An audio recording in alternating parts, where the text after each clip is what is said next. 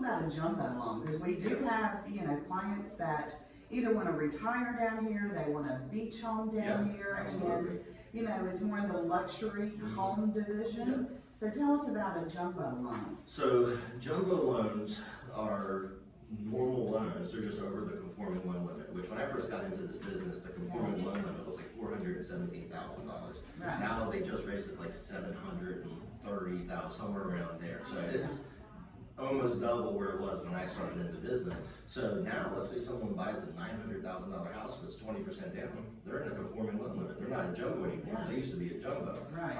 But you're right. I just did a deal closed in January that was $2.2 million, and that they were putting $800,000 down, but it still left them in a jumbo loan. Yeah. And jumbos are pretty cool because a lot of times we'll do those through different investors. And so one we did, there's Chase, really good company to do an investment loan for.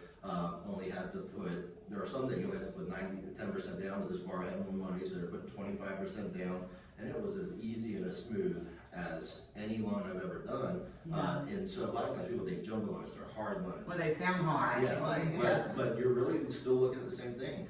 Debt to income ratios, credit score. Most people who are buying a $2 million house have a good credit score, make good money. So it was a fairly easy process.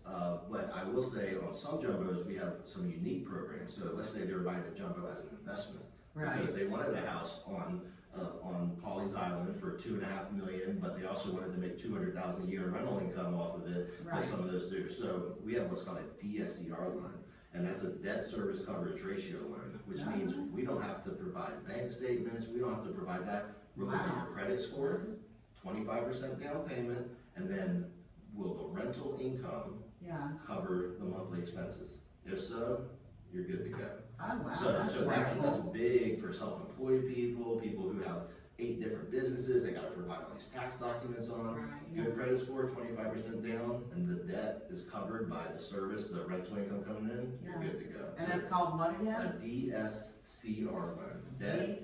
DSCR, debt service coverage ratio. So they're just making sure that the services that's coming in,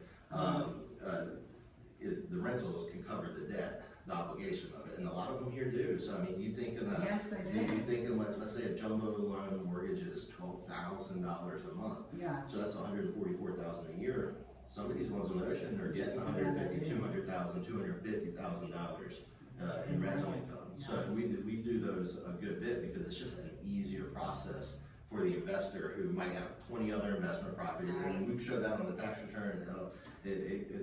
It's a lot smoother. That's a great, It's a great loan. I didn't know about that. For more great videos like this, be sure to follow us on Facebook, Instagram, and TikTok, and subscribe to our YouTube channel.